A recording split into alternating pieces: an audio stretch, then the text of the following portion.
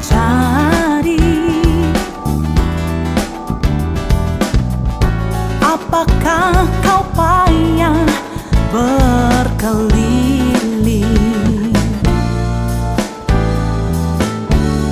Bawalah sekarang segala susahmu pada kaki Yesus, serahkanlah.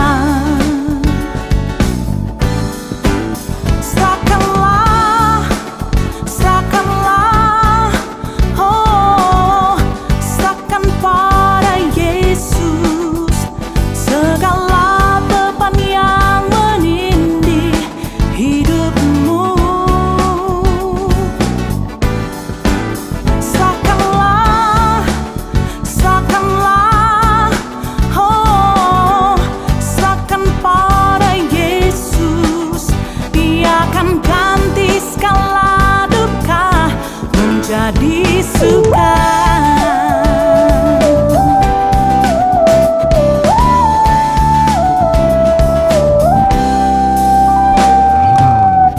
Tak pernah dia janji hari kan panas, tak pernah dia janji pasti ada hujan. Dia berjanji memberi kekuatan bila topan ganas melandamu.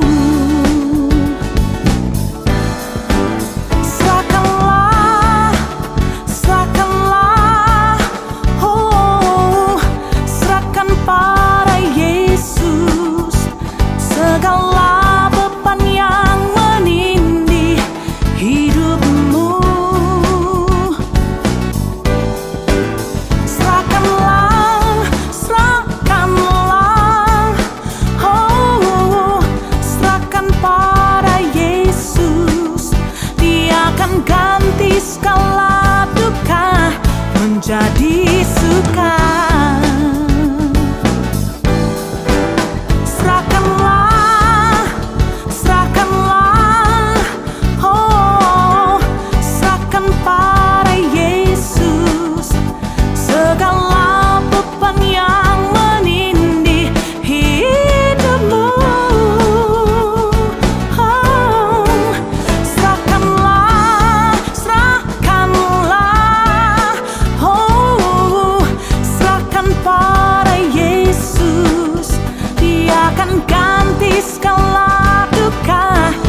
Jadi suka, oh, Ia akan ganti segala duka menjadi suka, oh, Ia akan ganti segala duka menjadi suka.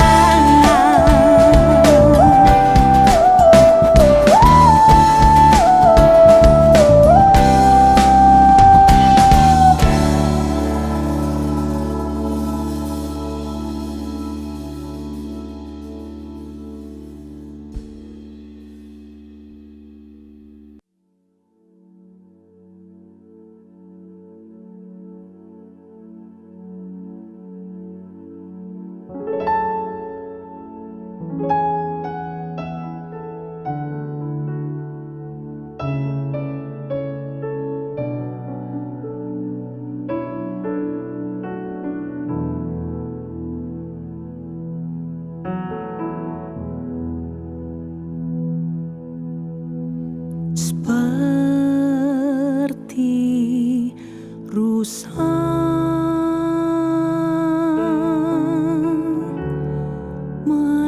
merindukan air,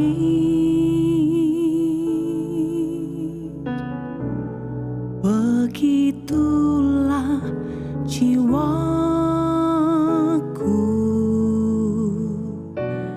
merindukan Engkau. Ku berharap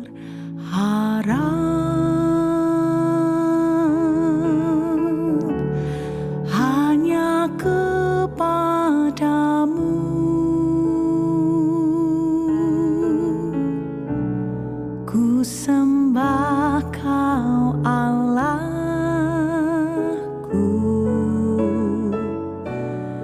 Tuhan dan Rajaku. Kaulah sungai kehidupanku yang mengalir segarkan jiwaku. Engkau Yesus pengharapanku, ku sembah Kau dengan segenap hatiku.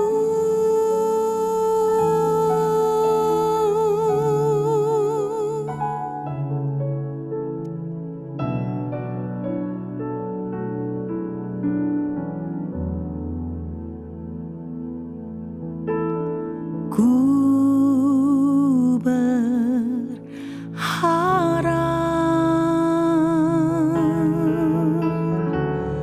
hanya kepadamu.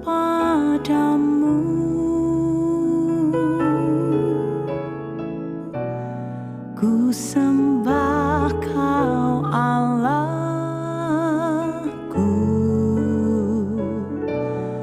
Tuhan dan Rajaku.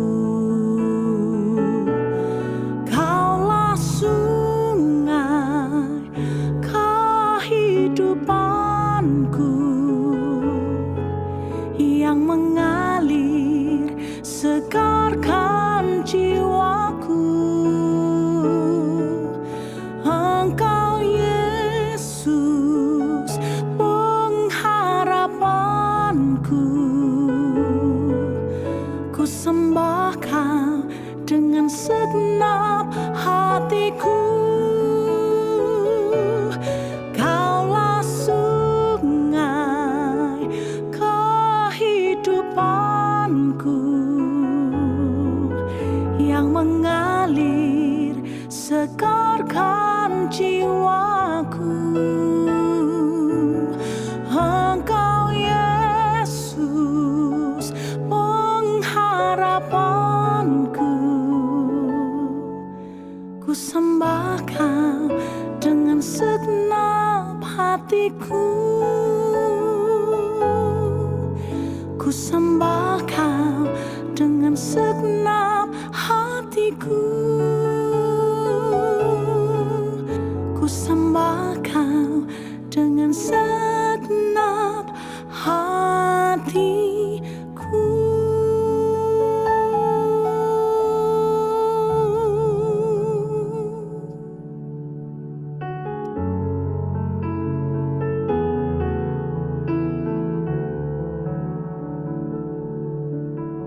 Ku mau sembah Kau, ku mau puji Kau dengan segenap hatiku, segenap jiwaku, segenap kekuatanku. Oh, ya Allahku, ya Tuhanku.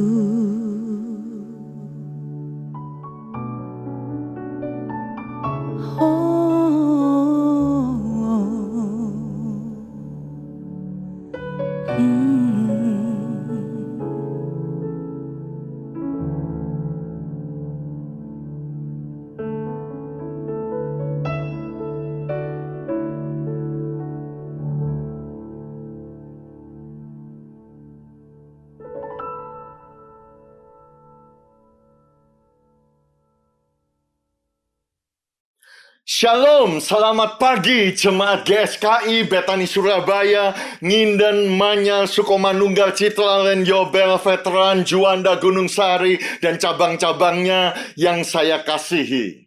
Hari ini, hari Minggu 12 Juli, saya bersyukur kepada Tuhan dan berterima kasih banyak kepada Bapak Gembala kita, Pendeta Aswin Tanusaputra yang memberikan kepercayaan dan kesempatan buat saya menyampaikan firman Tuhan buat saudara kekasih yang ada di Surabaya. Saya percaya Tuhan punya message, Tuhan punya firman, Tuhan punya rencana untuk menguatkan saudara dan saya pada hari ini. Oleh sebab itu saya memberikan judul khotbahnya, Aku Tahu Allah Bekerja. Taruh tangan saudara di dada sambil ucapkan dengan suara yang keras. 1, 2, 3. Aku tahu Allah bekerja. Katakan amin. Dan teks kita yang akan kita baca adalah ayat yang paling terkenal nomor 2 di dalam seluruh Alkitab. Pak, berarti ada ayat yang paling terkenal dong, nomor 1. Ya, memang ada ayat yang paling terkenal, yaitu Yohanes 3 ayat yang ke-16. Dan kita semua hafal karena begitu besar kasih Allah akan dunia ini, sehingga ia telah mengaruniakan anaknya yang tunggal, yaitu Yesus Kristus Tuhan. Supaya barang siapa yang percaya kepadanya, supaya saudara dan saya yang percaya kepada Yesus Kristus Tuhan, kita tidak akan binasa, melainkan beroleh hidup yang kekal. Amin, amin, amin. Itu adalah ayat yang paling terkenal dan harus kita hafal. Tetapi ayat kedua yang paling terkenal di dalam seluruh Alkitab, yang paling banyak dipercayai, didoakan, dipuasai, dihafalkan, dikuot, diucapkan adalah Roma pasal 8 ayat yang ke-28. Dan saya mengundang Bapak, Ibu, dan saudara, dimanapun saudara mengikuti ibadah ini, mungkin ada yang di ruang tamu saudara, mungkin ada di ruang tidur saudara, tolong singkirkan kopinya, snacknya, makannya, kita mau konsentrasi, bangkit berdiri kalau bisa, dimanapun saudara berada, kita mau menghormati pembacaan firman Tuhan ini, dan kita mau ganti kata kita menjadi kata aku. Ya, bangkit berdiri bersama-sama, taruh tangan saudara di dada, kita ucapkan dengan suara yang keras, sebab iman itu timbul dari pendengaran akan firman Tuhan. Bersama-sama, 1, 2, 3. Aku tahu sekarang bahwa Allah turut bekerja dalam segala sesuatu untuk mendatangkan kebaikan bagi aku yang mengasihi Dia, yaitu bagi aku yang terpanggil sesuai dengan rencana Allah. Amin. Mari kita berdoa. Bapa, kami mengucap syukur bahwa hari ini kami bisa beribadah secara online. Kami percaya bahwa hadirat Tuhan, lawatan Tuhan, bahwa Roh Kudus tidak bisa dibatasi oleh ruang, waktu, dan jarak. Dan hamba berdoa ya Tuhan, bahwa pada hari ini, bahwa firman-Mu akan menjamah setiap jemaat-Mu, dimanapun mereka berada. Dan firman Tuhan akan tertanam, berakar, bertumbuh, dan berbuah, dan menguatkan iman mereka, sehingga mereka semua dan kami semua bisa semakin jatuh cinta dan semakin percaya bahwa Tuhan Yesus, Engkau Tuhan yang baik, dan terlebih lagi kami bisa yakin dan tahu bahwa Tuhan turut bekerja dalam segala sesuatu untuk mendatangkan kebaikan bagi kami yang mengasihi Tuhan. Dalam nama Tuhan Yesus bersama-sama kita katakan amin. Silakan duduk Bapak, Ibu, dan saudara sekalian. Kalau saya baca Roma 8 ayat 28 ini supaya lebih jelas di dalam Alkitab bahasa Indonesia masa kini, bunyinya demikian. Kita tahu bahwa Allah mengatur segala hal sehingga menghasilkan yang baik untuk orang-orang yang mengasihi Dia, yang dipanggilnya sesuai dengan rencananya. Berapa banyak di antara kita yang mengasihi Tuhan? Coba lambaikan tangan saudara. Saya tidak bisa melihat saudara, tetapi Tuhan melihat saudara jika saudara melambaikan tangan dan berkata saudara mengasihi Tuhan. Dan kalau saudara mengasihi Tuhan, Ayat ini, janji ini buat saudara yang mencintai Yesus Kristus, bahwa kita bisa yakin dan tahu Allah itu mengatur segala hal untuk menghasilkan yang baik, untuk mendatangkan kebaikan. Dan kalau saya baca di dalam Alkitab terjemahan sederhana Indonesia, berbunyi demikian: sekarang kita boleh yakin bahwa bagi kita semua yang mengasihi Dia, perhatikan, Allah selalu mengatur semua hal yang kita alami, yang kita hadapi, supaya hal-hal itu menghasilkan kebaikan, karena kita adalah orang-orang yang sudah dipilihnya sesuai dengan rencananya. Katakan sekali lagi, amin.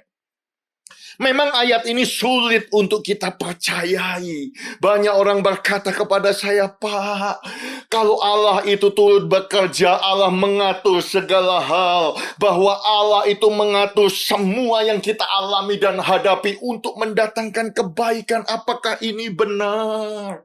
Bukankah di dalam lembah COVID-19 ini begitu banyak pandemi, bencana, mara bahaya terjadi. Banyak orang ketakutan, kekhawatiran. Seakan-akan Allah diam. Seakan-akan Tuhan itu kok diam, tidak mendengar doa kami. Di mana Tuhan? Bapak, Ibu, dan saudara sekalian, bukan berarti saudara saja yang punya keraguan, kadang-kadang kebimbangan dan kekhawatiran. Saya pun sama, bergumul. Kadang-kadang di mana Allah kekristenan ini yang membiarkan gereja harus tutup, banyak rencana batal, dan banyak orang yang meninggal dan mengalami masalah ekonomi. Bahkan di tempat saya, saudaraku, di Australia, bahkan sudah diumumkan kami mengalami resesi ekonomi pertama di dalam 3 dekade terakhir ini. Ya, bahwa pengangguran itu tingkat tertinggi selama 20 tahun ini. Itu pun karena ada job keeper sampai bulan September. Kalau uang pemerintah sudah habis, mungkin kita akan seperti Amerika, double digit. Di Amerika ada 44 juta orang pengangguran. Ya, semua orang takut. Saudaraku, bahkan Perdana Menteri kami sudah memberikan signal bahwa Australia punya border akan ditutup sampai pertengahan tahun 2021. Kita hidup di dalam zaman seperti ini. Saya pun tidak mengerti kenapa Tuhan membiarkan hal ini terjadi. Tetapi saya percaya dan saya mau menguatkan Bapak, Ibu, dan saudara sekalian, jemaat GSKI Betani Surabaya, supaya sekalipun seakan-akan kita tidak melihat tanda, kita tidak mengerti, kita tidak menerima satu bukti, kita harus percaya bahwa Allah itu turut bekerja dalam segala sesuatu, dalam pekerjaan kita, dalam keluarga kita, dalam negara kita, dimanapun kita tinggal, untuk mendatangkan kebaikan buat saudara dan saya yang mengasihi Tuhan.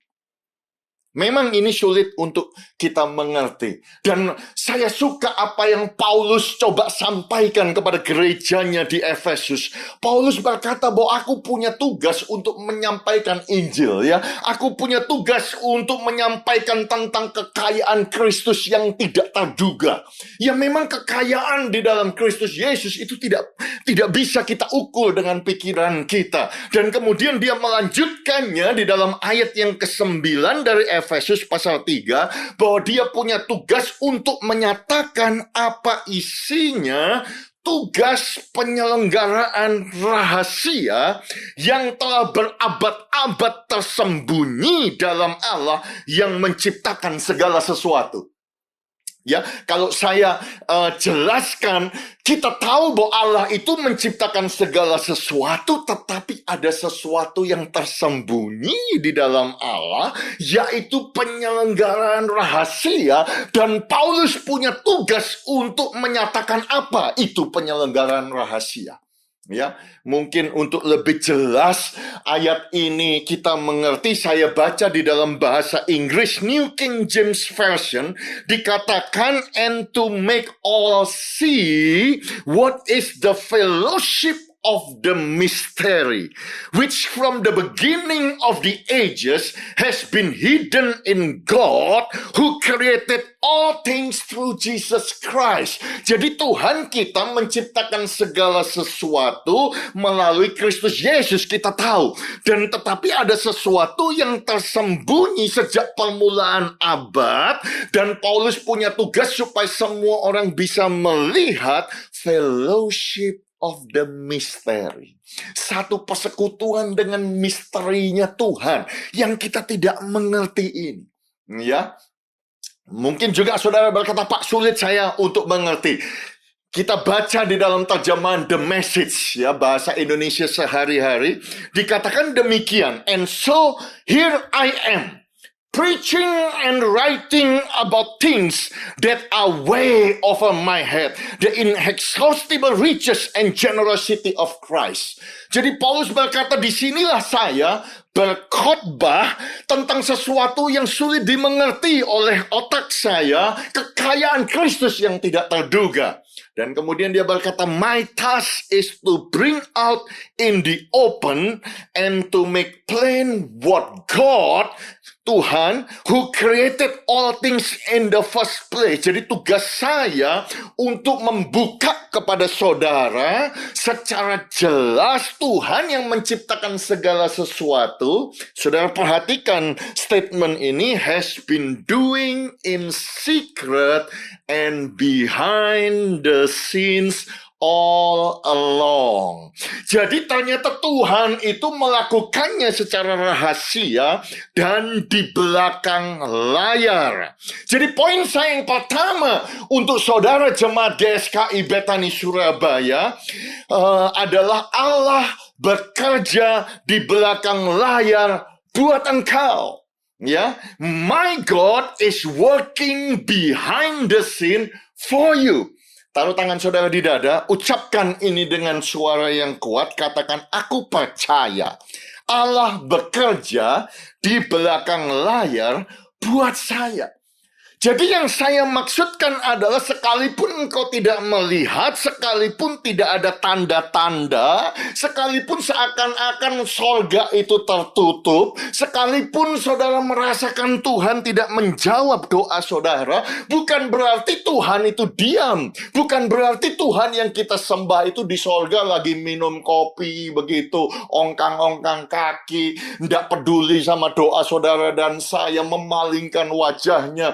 Bukan berarti Tuhan itu nganggur di sana. No. Berdasarkan ayat ini kita percaya bahwa Tuhan itu sedang bekerja. Ya, sekalipun kita tidak bisa melihatnya. Kenapa tidak bisa melihatnya? Karena dia bekerja di belakang layar. Ada satu fellowship of the mystery. Ada satu yang rahasia yang kita tidak tahu. Tetapi saudara dan saya perlu beriman dan percaya dia itu Tuhan yang baik. Segala hal dia itu baik. Dan kebaikannya itu untuk mendatangkan kebaikan buat saudara dan saya. Ya, memang kita tidak bisa mengerti apa kebaikan Tuhan. Kalau saudara tanya kepada saya hari ini, Pak, apa kebaikan yang bisa muncul dari pandemi virus corona ini? Saya juga sulit menjawab. Tetapi saya mau berkata kepada saudara, sekalipun ada kesulitan dan kesukaran, Tuhan tidak diam.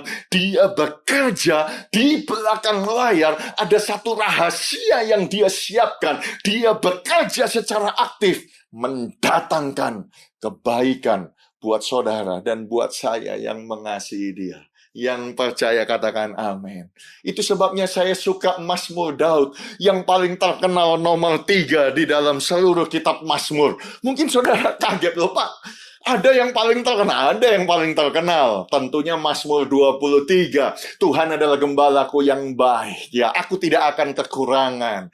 Dia senantiasa membaringkan aku di padang rumput yang hijau. Tuhan menuntun aku di tepi air yang tenang. Dia menyegarkan jiwaku. Dia menuntun aku di jalannya yang kudus oleh karena namanya yang ajaib. Sekalipun aku berjalan dalam lembah kelam, lembah bayang-bayang maut, aku tidak takut bahaya sebab Immanuel, Tuhan beserta dengan tangan aku.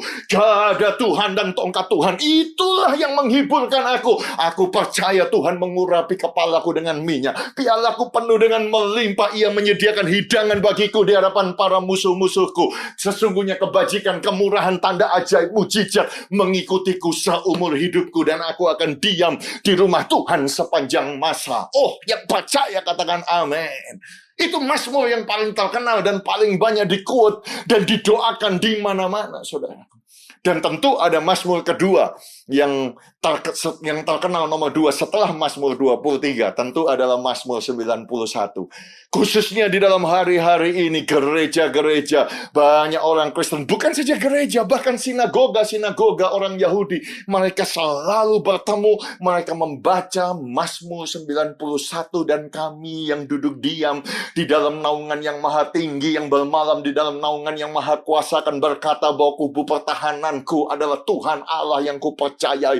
Sungguh dia akan melepaskan aku dari jerat penangkap burung. Dia akan melepaskan aku dari penyakit sampar yang busuk. Aku tidak akan takut kepada kedahsyatan malam. Oh haleluya. Sekalipun 1000 rebah di sebelah kiri, 10.000 di sebelah kanan, itu tidak akan menimpa aku. Malapetaka tidak akan mendekat kepada kemahku, dan tulah tidak akan mendekat kepada kemahku. Oh, sebab Tuhan yang memelihara. Bahkan Tuhan akan mengenyangkan aku dengan panjang umur. Kita semua hafal mendoakan Mazmur 91, itu Mazmur yang paling terkenal nomor 2. Tetapi ada Mazmur yang paling terkenal nomor 3 di dalam semua kitab Mazmur. Kitab Mazmur apakah itu, saudaraku? Mazmur 121, yang mana saya mau saudara mengingatnya, melihatnya. I will lift up my eyes to the hill, where does my help come from?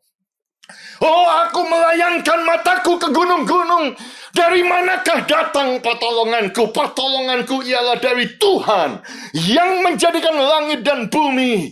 Ia tidak akan membiarkan kakimu goyah. Perhatikan statement yang ditulis di dalam Mazmur ini. Penjagamu tidak akan terlelap. Sesungguhnya tidak terlelap dan tidak tertidur penjaga Israel. Tuhanlah penjagamu, Tuhanlah naunganmu di sebelah tangan kananmu. Matahari tidak menyakiti engkau pada waktu siang, atau bulan pada waktu malam. Tuhan akan menjaga engkau terhadap segala kecelakaan. Tuhan akan menjaga nyawamu. Tuhan akan menjaga keluar masukmu dari sekarang sampai selama-lamanya. Semua berkata amin. Saudara, saya mau saudara perhatikan, 3 kali disebutkan bahwa Tuhan kita tidak terlelap, dan tidak tertidur. Wow, yang dimaksudkan oleh Daud adalah bahwa dia adalah gembalamu yang baik. Dia menolong engkau, dia menjaga engkau, dia melindungi engkau keluar masukmu. Dan ketika dia melakukan semua pemeliharaannya, semua berkatnya, semua pertolongannya, semua yang dia kerjakan untuk menjaga engkau terhadap segala kecelakaan. Dan Daud ngomong dia melakukannya itu tidak bisa tertidur. Bahwa dia tidak tertidur. Dan dia tidak tertidur 3 kali disebutkan. Oleh sebab itu saya mau menguatkan Bapak, Ibu, dan saudara sekalian, Tuhan yang kita sembah, dia tidak tidur. Dia bekerja di belakang layar. Secara rahasia, secara misteri, untuk mendatangkan kebaikan buat saudara dan buat saya. Katakan amin. Kalau saya diizinkan untuk memberikan contoh kepada saudara, saya bergumul contoh apa yang paling cocok untuk saya sampaikan. Saya digerakkan untuk memberikan contoh kepada saudara tentang seseorang yang bernama Hadasah.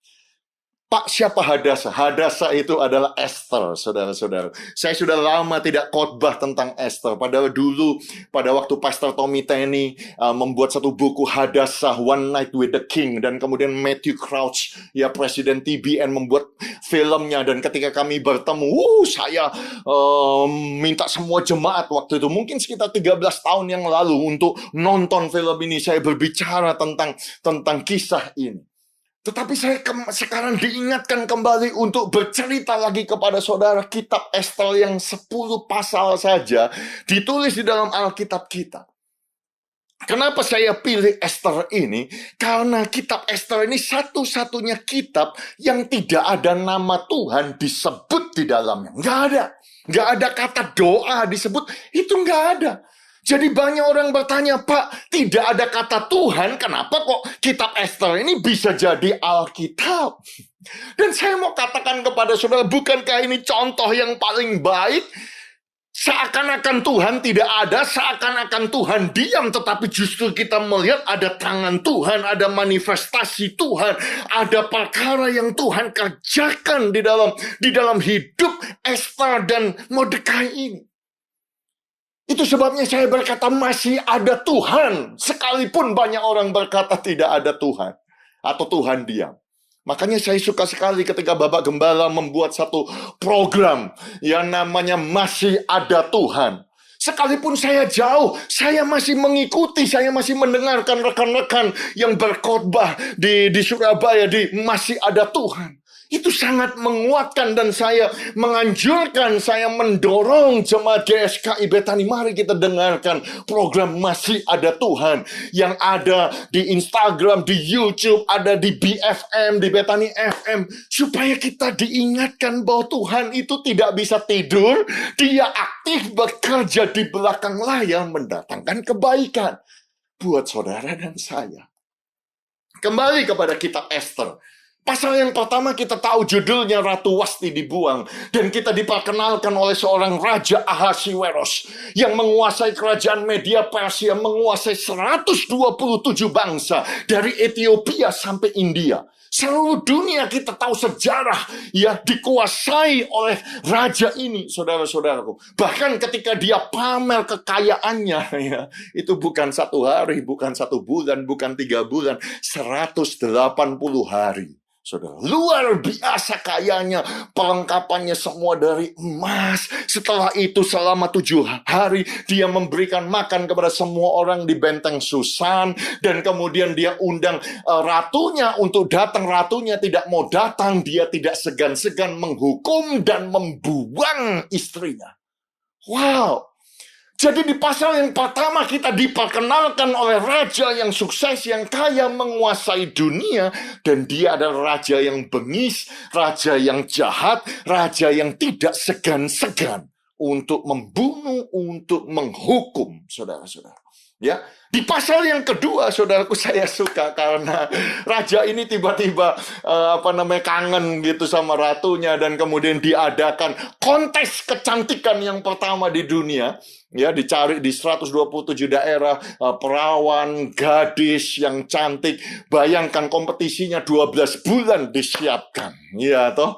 Nah, kita semua tahu, saudaraku, karena di pasal kedua ini tiba-tiba muncul ada anak Tuhan.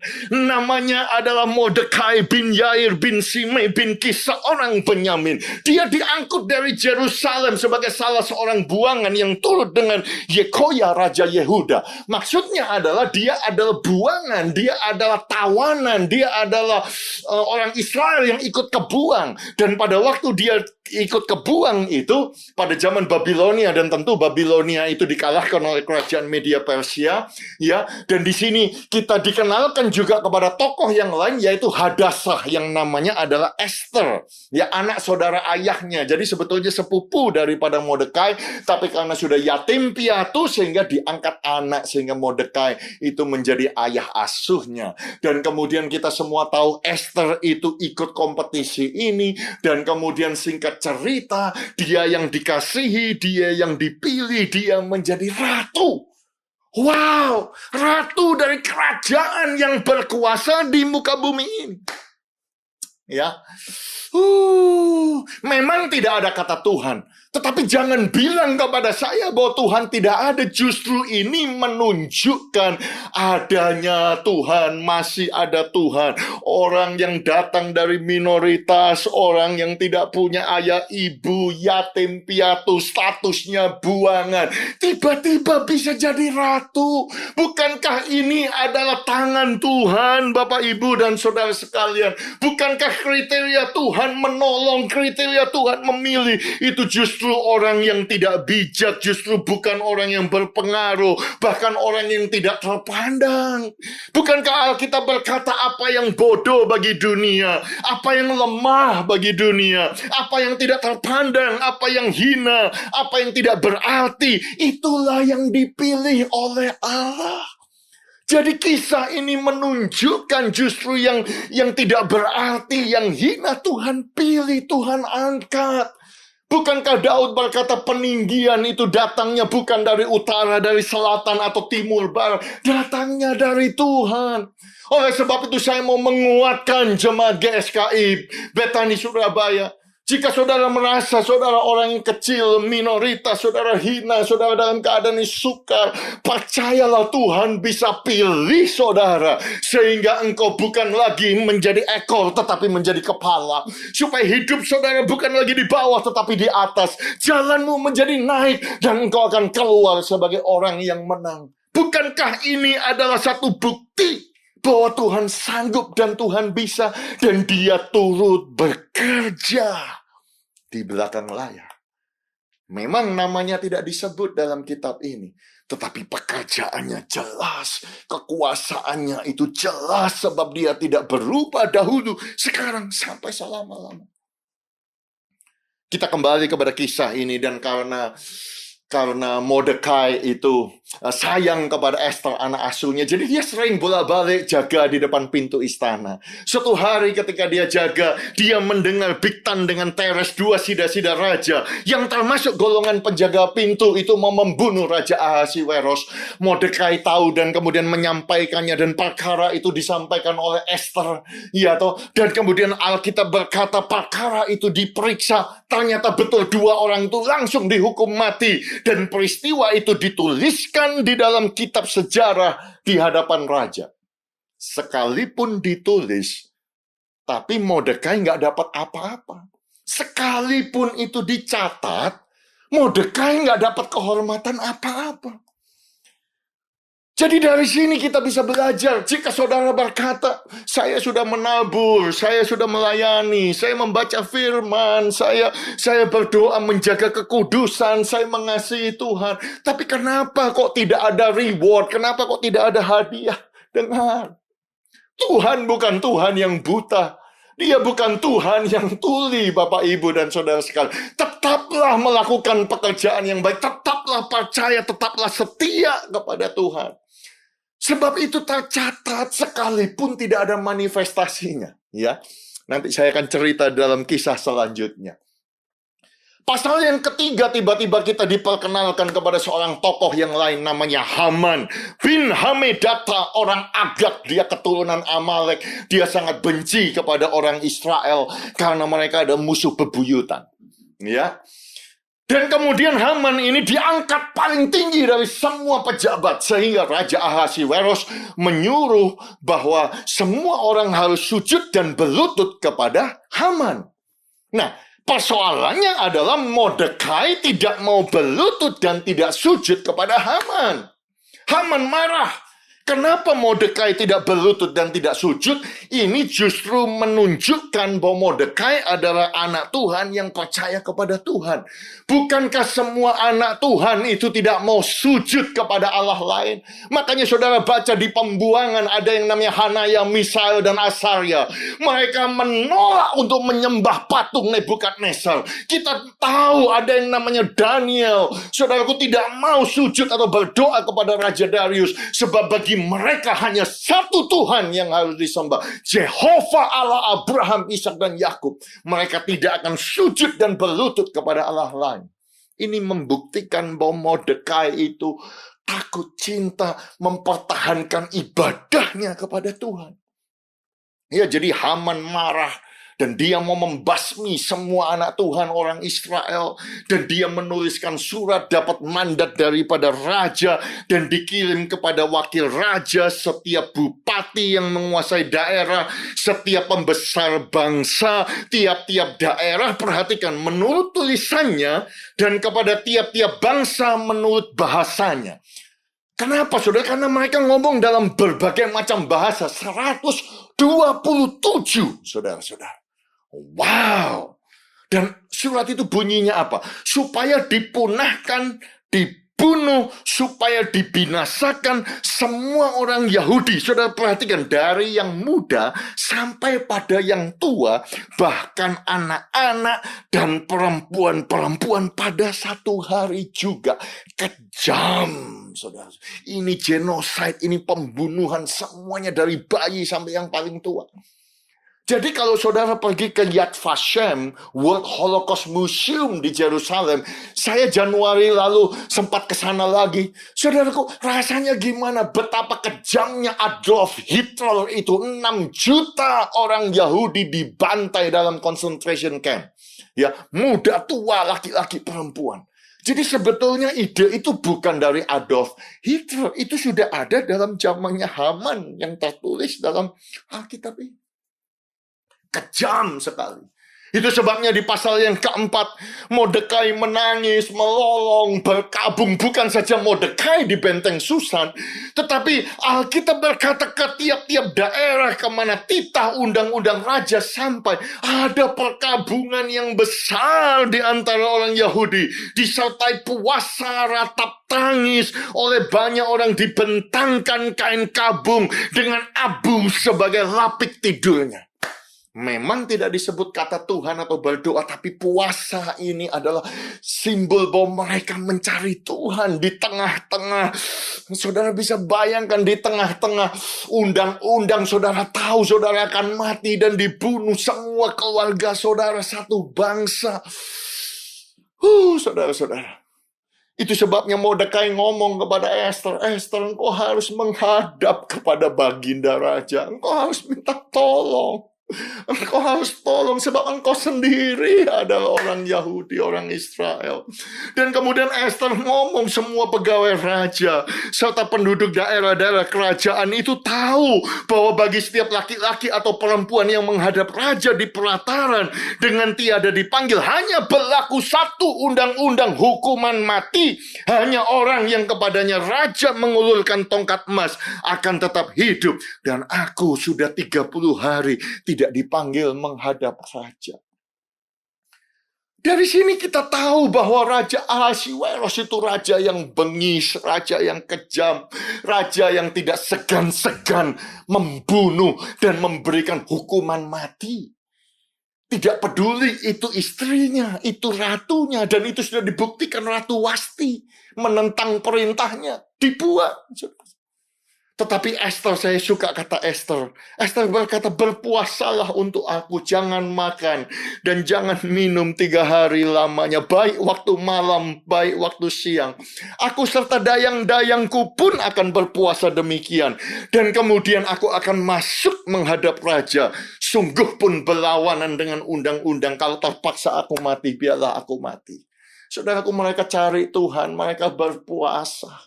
Mereka percaya masih ada Tuhan, sekalipun seakan-akan secara manusia undang-undang ini tidak bisa dibatalkan. Tidak ada jalan keluar, semuanya jalan buntu.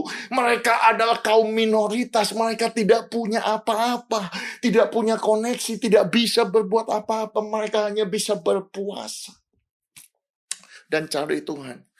Dan saya mau katakan kepada saudara, jika saudara hari ini ada dalam kondisi yang sama, saudara ada di dalam masalah yang sama, seakan-akan tidak ada jalan keluar, saya mau berkata kepada saudara, masih ada Tuhan.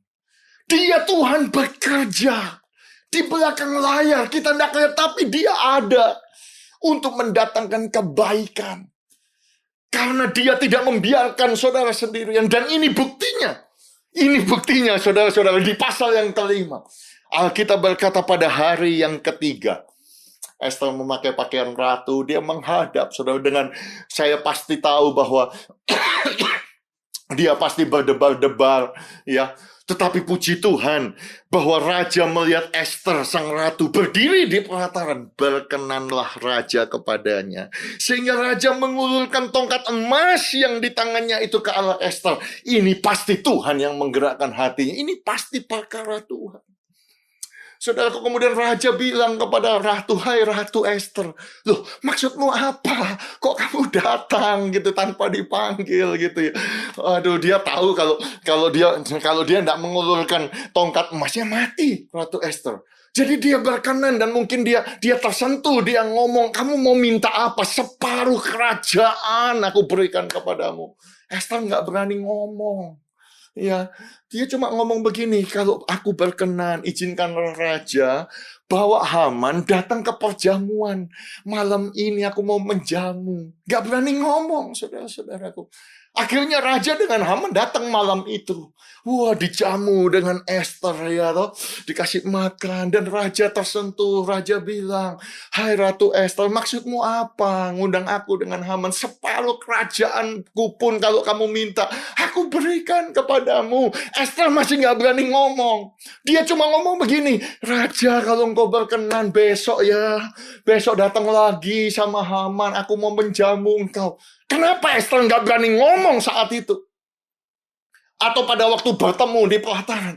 Karena Esther tahu bahwa dia tahu ini raja, ini bengis, kejam, dan dia bisa berubah pikiran. Dia penuh dengan ketakutan, saudara-saudara. Ya, toh. Haman waktu itu pulang ke rumah, bangganya bukan main. Iya toh. Lihat ya. Raja dengan ratu ngundang makan, jamuan makan. Gak ada orang lain diundang, cuma aku saja. Katanya dia bilang begitu. Karena bangganya itu, saudaraku, dia siapkan tiang salib, saudara-saudara. Dia bangun malam itu juga. 50 hasta tingginya. 50 hasta itu 75 kaki, saudara. Kalau orang Indonesia taunya meter itu 23 meter. Kira-kira begitu tinggi, saudara. Dia bangun itu. Dia tidur dengan nyenyak, saudara. Tetapi saya mau katakan kepada saudara. Esther pasal yang ke-6 ayat yang pertama dikatakan, pada malam itu juga raja tidak dapat tidur. Saya ulangi sekali lagi, pada malam itu juga raja tidak dapat tidur. Wow. Kok bisa nggak bisa tidur? Habis minum wine, saudaraku, habis dilayani. Harusnya tidur, tapi dia tidak bisa tidur. Bukankah ini satu gambaran yang luar biasa? Dan dia tidak bisa tidur, saudaraku. Saya bayangkan, saudaraku, dia bingung, saudaraku, pakai pakaian piyama yang dari emas gitu ya, merek yang terkenal, sambil jalan-jalan. Biasanya raja kalau nggak bisa tidur, apa yang dilakukan? Dia panggil biduanda, ya toh, untuk nyanyi misalnya, atau cari perempuan, atau minum, atau apa, hiburan dan lain sebagainya. Tetapi kali ini enggak, dia minta kitab pencatatan sejarah. Duh, kok bisa ya nggak tahu? Ya toh. Dulu itu kalau sejarah dicatat bukan diketik, ditulis, saudara-saudaraku. Jadi tebalnya bukan main. Ngapain raja? Saya juga nggak ngerti. Itu kayak baca ensiklopedia begitu, siapa yang mau baca. Tetapi malam hari itu dia nggak bisa tidur. Dan nggak bisa tidur, dia minta buku sejarah. Suruh buka, saudaraku. Saya bayangkan itu dibuka halaman 3497 kira-kira gitu, saudara-saudara. Ya, saya hanya bikin. Dan pada waktu dibuka itu dia kaget, ternyata ada pencatatan Mordekai menyelamatkan dia di dalam perkara Bigtan dengan Teres. Ya, kok dia nggak tahu begitu? Ya, menurut ahli teologi, karena ada Haman atau musuhnya itu sengaja ditutup begitu sehingga tidak ada reward, tidak ada hadiah. Tetapi Tuhan itu bukan Tuhan yang buta, bukan Tuhan yang tuli, saudara-saudara. Haleluya. Dan raja ini, saudara-saudaraku, bertanya kebesaran apa, kehormatan apa yang dianugerahkan kepada Mordekai oleh sebab perkara itu. Jawab para biduanda raja, kepadanya tidak dianugerahkan suatu apapun. Kaget raja, nggak dapat apa-apa. Saya bayangkan dia tambah nggak bisa tidur, jalan-jalan di istananya. Wow, bukankah itu gambaran yang luar biasa? Raja tidak dapat tidur. Sekarang saya mau tanya kepada saudara, Esther di mana? Tidur. Mordekai di mana? Tidur, Bapak, Ibu, dan saudara sekalian. Gak bisa berbuat apa-apa, tidak berdaya. Tetapi raja tidak bisa tidur. Saya mau katakan kepada saudara, itu sebabnya ini gambaran yang luar biasa. Itu sebabnya Mazmur 127 berkata, sia-sialah kamu bangun pagi-pagi. Sia-sialah kamu duduk sampai jauh malam, makan roti yang diperoleh dengan susah payah. Perhatikan, sebab Tuhan memberikannya kepada yang dicintainya pada waktu tidur. Tuhan memberkati, Tuhan menolong, Tuhan bekerja di belakang layar, mendatangkan kebaikan pada waktu orang yang dicintainya tidur. Ini poin saya yang kedua. Saudara catat ini, saudaraku. Taruh tangan saudara di dada. Ucapkan dengan suara yang keras, jemaat GSKI Bethani Surabaya yang saya kasih. Katakan, ketika aku tidur, aku percaya Allah bekerja. Katakan lebih kuat lagi, ketika aku tidur, Allah bekerja. Haleluya. Haleluya. Jadi raja tidak bisa tidur. Saya percaya itu Tuhan. Kalau saya terjemahkan secara terjemahan bebas, Bapak Ibu, jangan ngomong bahwa ini terjemahan yang paling benar. Enggak. Ini menurut saya pribadi, saudaraku, raja nggak bisa tidur. Ya itu karena Tuhan, itu pasti. Tapi kenapa kalau dia mungkin gara-gara Haman bikin tiang salib 23 meter itu, dong, raja nggak bisa tidur. Mungkin, saudara, mungkin. Anyway, saudaraku, raja nggak bisa tidur sampai pagi, saudara. Dia jalan-jalan, saudaraku, mungkin sampai jam 9 pagi ya, di Indonesia masuk kantor gitu. Dan orang yang masuk kantor pertama siapa? Haman. Haman masuk kantor pagi-pagi dan raja kaget lihat ada Haman. Dia panggil, Haman sini, gitu. Dia ngomong sama Haman, apa yang harus dilakukan kalau raja berkenan kepada seseorang untuk menghormati dia? Haman mikir, siapa lagi kalau bukan aku, ya toh. Diundang jamuan makan malam aja sampai 2 kali cuma raja ratu dengan aku. Siapa lagi kalau bukan aku? Langsung dia membayangkan, raja harus copotkan jubah kebesaran rajanya. Copot semuanya, keretanya, kudanya, dan kemudian diarak keliling kota dan harus diteriaki, inilah kepada orang inilah raja berkenan menghormatinya. Raja jadi macam, bagus juga ya. Oke, Haman, kalau begitu, lakukan semua yang kau ucapkan kepada Mordekai orang Yahudi itu. Saudara bisa bayangkan itu terjadi. Mordekai malam hari itu tidur, ketakutan tidur, tidak tahu apa yang harus dia lakukan. Tetapi Tuhan bekerja, dia bangun pagi, dia dihormati. Dia tidak akan bisa membayangkan, karena ketika dia tidur, saudaraku, dia tidak berdaya.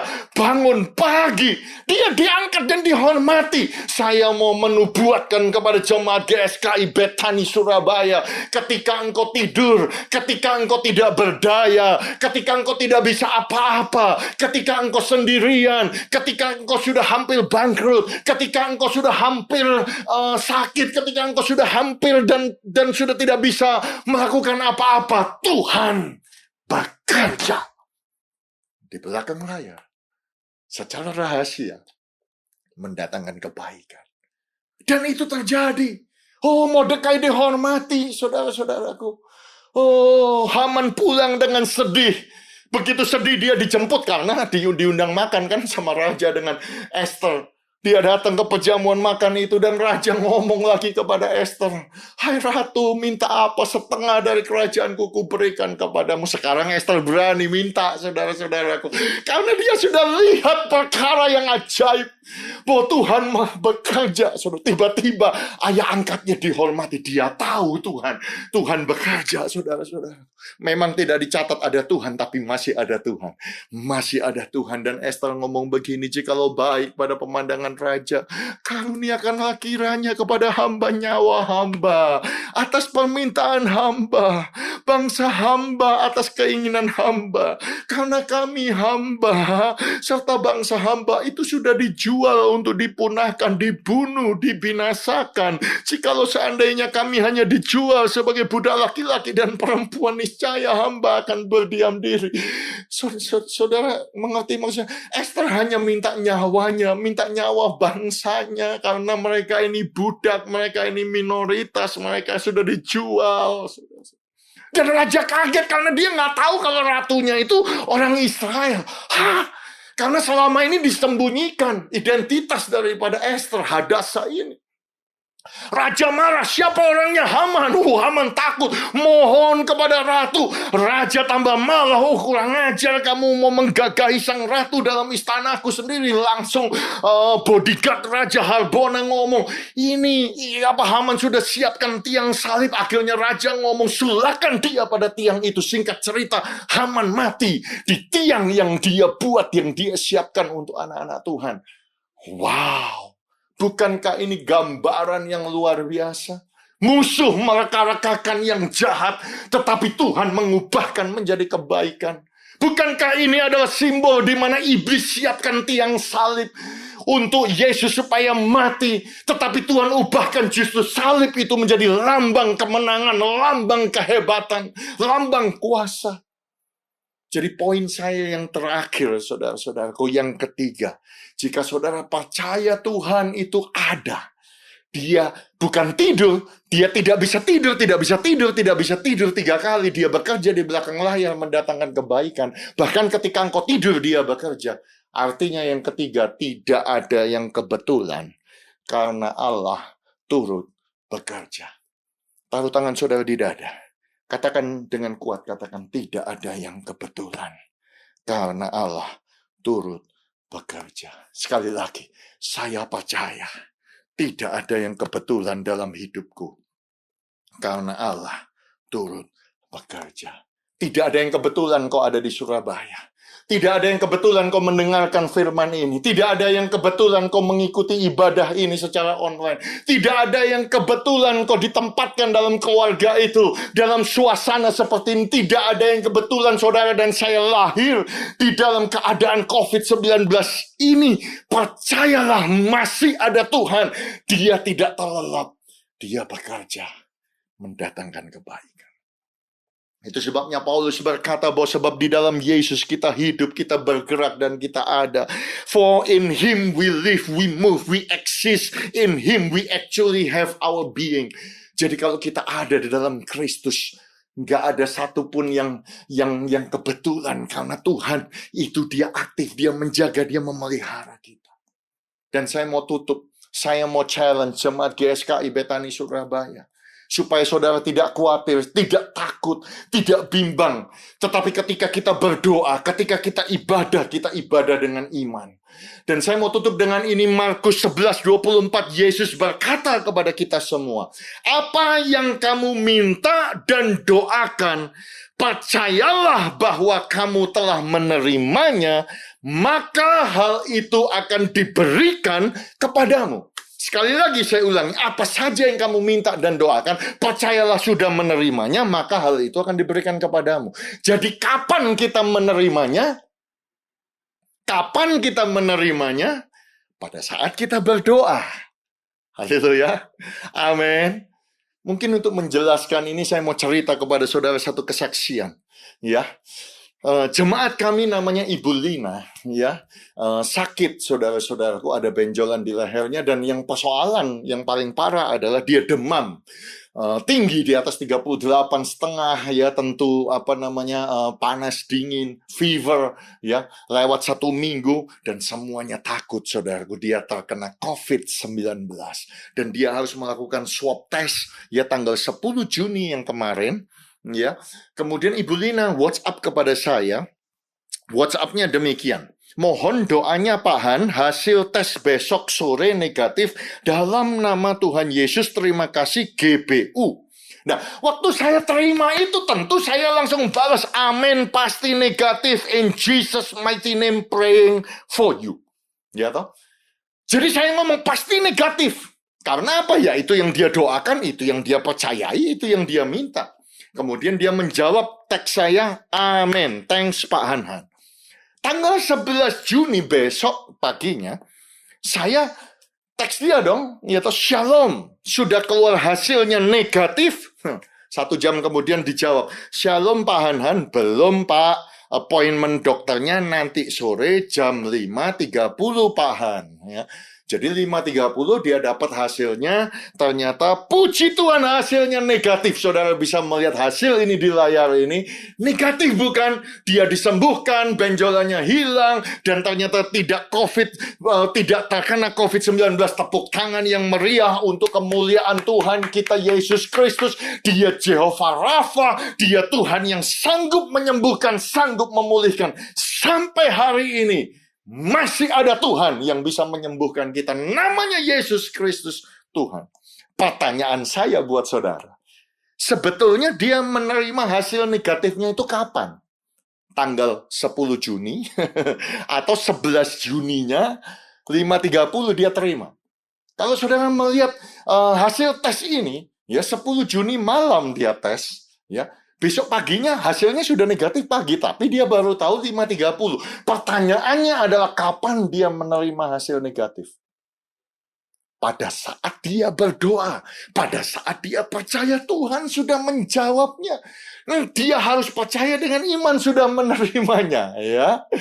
Saudara mengerti maksud saya? Dan kalau saya bisa kasih contoh lagi supaya lebih jelas, nah, saya mau tunjukkan kepada saudara, saya punya jas, saudaraku, yang paling baru.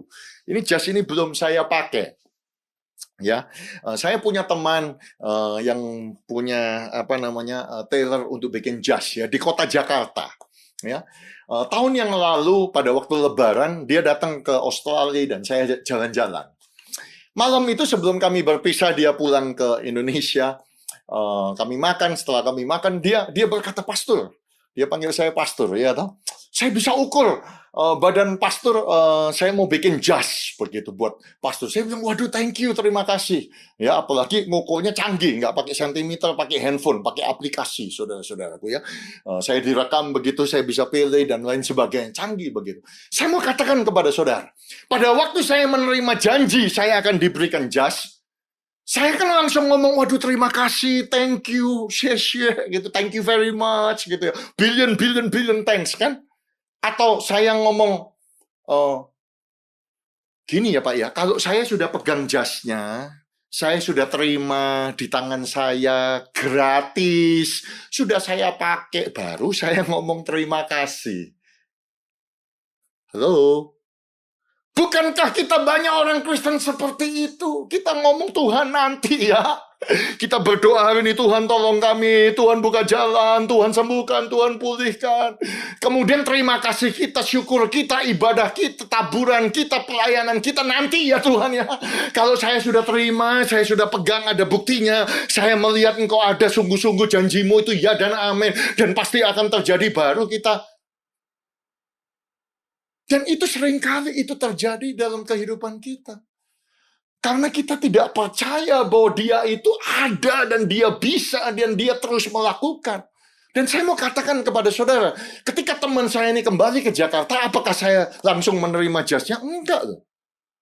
Saya nunggu 1 bulan, 2 bulan, 3 bulan, nggak ada kontak, 4 bulan, 5 bulan, 6 bulan, 7 bulan, 8 bulan kemudian. Februari kemarin ada orang terbang dari Jakarta ke Australia. Kemudian dia baru tag saya, "Pastor, saya titip, mohon maaf begitu lama." Tapi akhirnya saya terima, saudara-saudara, jas ini. Saudara mengerti maksud saya? Jadi saya harus percaya.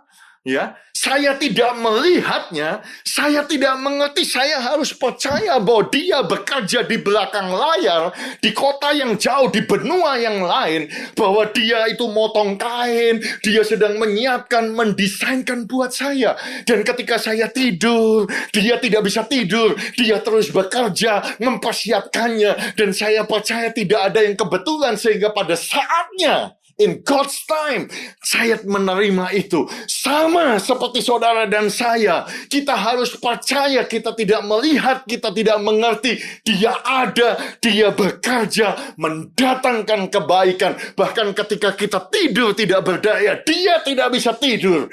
Dia bekerja di belakang layar. Sehingga tidak ada yang kebetulan. Dan pada waktunya Tuhan, He makes all things beautiful in His time. Yang percaya katakan amin. Saya undang Bapak Ibu dan saudara kekasih bangkit berdiri dari kursi saudara. Kita akan akhiri ibadah kita ini dengan doa, saudaraku. Mulai buka kedua tangan saudara. Jangan hiraukan orang-orang di sekeliling saudara. Ya, atau tutup TV saudara atau gangguan yang lain. Mulai tutup mata saudara dan buka kedua tangan saudara. Dan mulailah berdoa di dalam roh. Kurabakashikita karabakashanda. Oh, robokoshikita karabakashikita karabakash. Oh, rabakashikita karabakashata karab. Mulailah berdoa Bapak Ibu dan saudara sekalian. Dan sebab saya percaya firman ini datang dengan kuat kepada saudara. Dan banyak di antara kita masih belum melihat, kadang-kadang kita masih ragu-ragu apakah Tuhan itu mendengar. Tuhan mendengar, Tuhan ada. Hari ini berita ini, message ini datang dengan kuat. Bahkan ketika engkau tidur, Dia bekerja. Bapa, hamba berdoa pada hari ini Tuhan. Firman Tuhan sudah selesai, hamba sampaikan isi hatimu Tuhan. Dan hamba percaya, hamba berdoa supaya engkau menguatkan, engkau menyembuhkan, engkau menguatkan, engkau menghibur mereka, engkau menghapus air mata mereka ya Tuhan. Hamba tahu Tuhan, sekalipun hamba berdoa dari benua yang lain, dari Australia Tuhan. Hamba percaya Tuhan, engkau sanggup Tuhan menolong. Nyatakan kepada jemaat yang dikasihi oleh Tuhan, biji mata Tuhan, umat pilihan Tuhan ini. Supaya mereka yakin masih ada Tuhan yang bekerja, sehingga kami bisa berkata, aku tahu sekarang bahwa Allah turut bekerja dalam segala hal untuk mendatangkan kebaikan. Dalam nama Tuhan Yesus, biarlah kebaikan Tuhan termanifestasi dalam hidup jemaatmu. Mereka mengalami Tuhan, mereka mengalami jamahan Tuhan, mereka disembuhkan, mereka ditolong Tuhan, mereka diangkat tinggi, mereka melihat lawatan Tuhan, mereka ketika mereka tidur, Tuhan turut bekerja. Hamba berdoa ya Tuhan, Kau memberkati mereka. Engkau menolong mereka. Hamba mendeklarasikan Tuhan bahwa berkat daripada Bapa di sorga, kasih karunia Tuhan Yesus Kristus, kekuatan kuasa mujizat, tanda ajaib, persekutuan yang manis Roh Kudus, yaitu di dalam nama Tuhan Yesus Kristus, menguatkan jemaatmu, memberkati jemaatmu, mengangkat, menyembuhkan, memulihkan mereka mulai hari ini sampai selama-lamanya. Dalam nama Tuhan Yesus Kristus. Bersama-sama kita katakan amin, amin, amin. Tuhan Yesus memberkati saudara semua. Sampai jumpa. God bless you all. Amin.